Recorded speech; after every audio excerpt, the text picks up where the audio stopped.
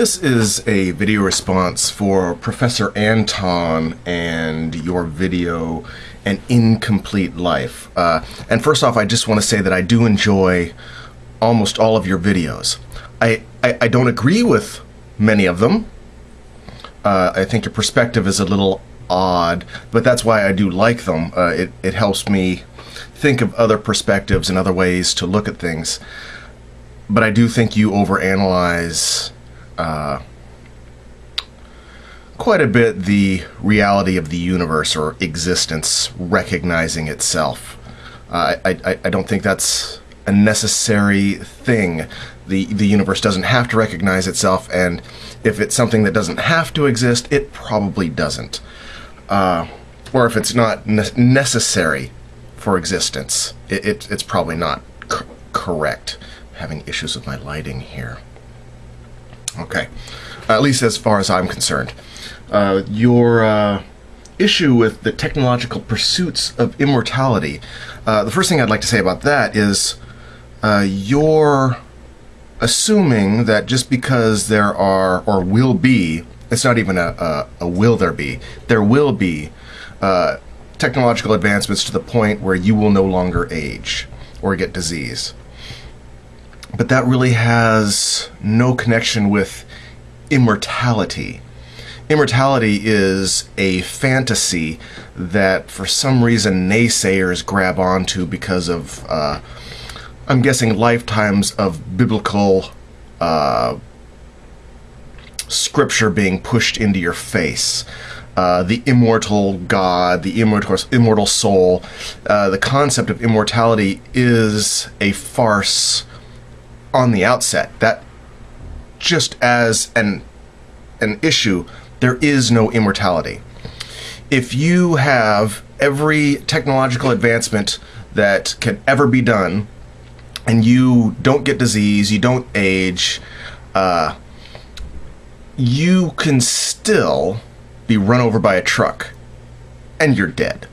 Not immortal. You can still be hit by an asteroid. Dead. Not immortal.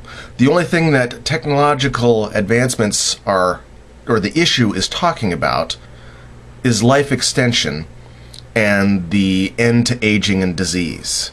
Immortality isn't even part of it. So that's a false dichotomy that you're putting in there and arguing a slight straw man. So I hope to correct you on that. There's no such thing as immortality. Just living a really long damn time.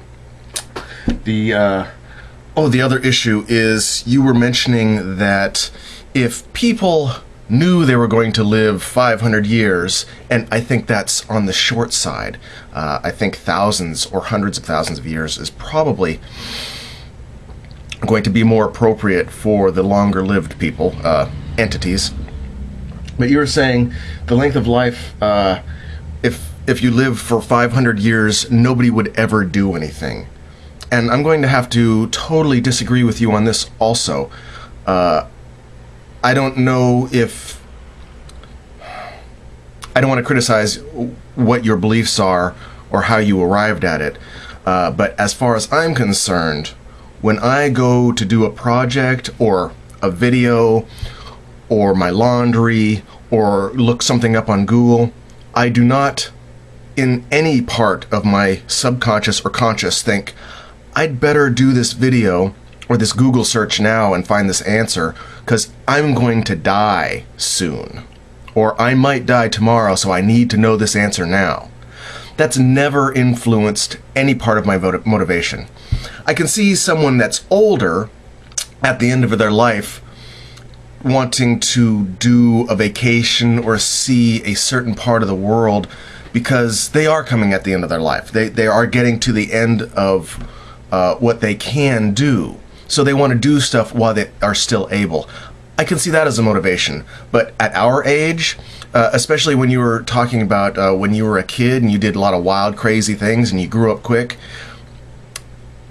you didn't do all that partying because you thought you were going to die soon. You wanted to party and have a good time, and to hell with when you're going to die. That, I believe, was probably your mode of thinking at the time. Not that you had to get it in now because you might die. So I think that's a false dilemma that you're putting out there. The other thing, I want to do a little bit of an audio from you, so just so I can preface this. I remember being just a little kid,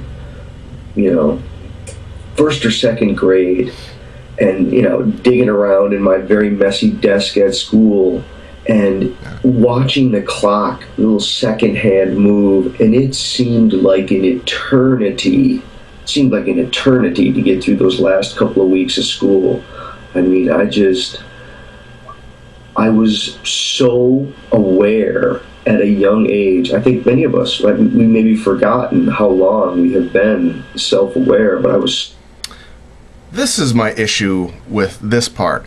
Not the fact that we experienced time differently as we were children, which we obviously do, but you seem to want to link awareness. Probably the last thing you should do is suggest children are more self-aware than adults. Just brain biology, simple anatomy, and the stages of life should tell you that children are not more self-aware. They don't even have the capacity to be self-aware until, well, after 6, and then it's a gradual increase of self-awareness. But you're relating to the experience of time to awareness. There's going to be a small amount of that. But mostly, all it is, as far as I've been able to find, and in my own experience, is that the younger you are, the less amount of time you have perspective of. The percentage of time of your existence. Let's say when you're 2, and you have to sit in the corner for 5 minutes. 5 minutes as a percentage of your life versus the rest of your life is a substantial chunk of life. You're referring to the rest of your life to compare the time that you're experiencing now. When I was in my teens, summer would come along and we'd be out of school, and summer would last forever. And now that I'm older, I'll blink my eyes and 10 years will be gone. Now, I can tell you from experience, or from my own memory, that I am far more self-aware now than I ever was in my past. The more of course, I can only experience now and relate it to my past, but that's the only way you can do it, is relate it. So my self-awareness is greater now than ever, and my experience of time is radically different than when I was younger, because I have more life behind me to relate to the events that are happening at this moment. I go to the DMV, sitting there for an hour or so isn't a big deal. If I had been 12, sitting at the DMV, I would have put a sewing needle through my eye. So the experiential difference isn't self-awareness as I see it. It's just percentage of experience, or percentage of time that moment is taking up.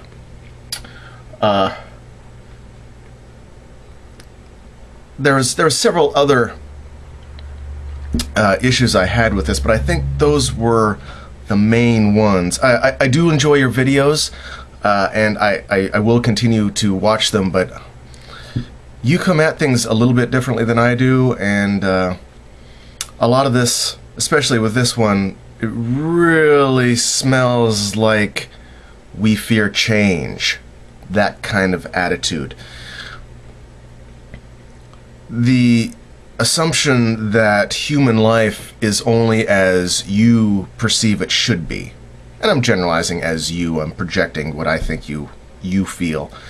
There is no natural way to be. There is no perfect existence.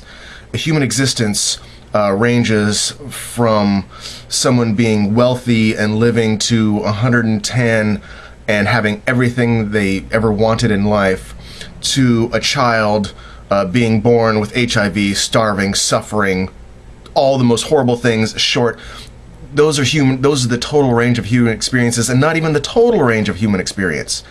And that's become radically different the farther into time we go because of technological advancements. So to say that there is a perfect human existence, I think, is wrong as well. And even suggesting that somebody shouldn't do something because it's not the way we always have been is also, to me, pretty ridiculous. Because we already aren't the way we have been. You are your age now. A couple thousand years ago, you would not have reached this age. Statistically, you would already be dead. So you're already experiencing an unnatural life. And personally, I would like to experience as much unnatural life as possible. I've lived 40 years and had a pretty normal human life, and statistically, I should probably be dead if I was way back when. So from here on out, to me, is gravy, and I want the upgrades and as much life as I possibly can, because I want to see what's over the next hill. Anyway, I'm starting to ramble. Have a wonderful day, and I hope you take this the right way. I do enjoy your videos.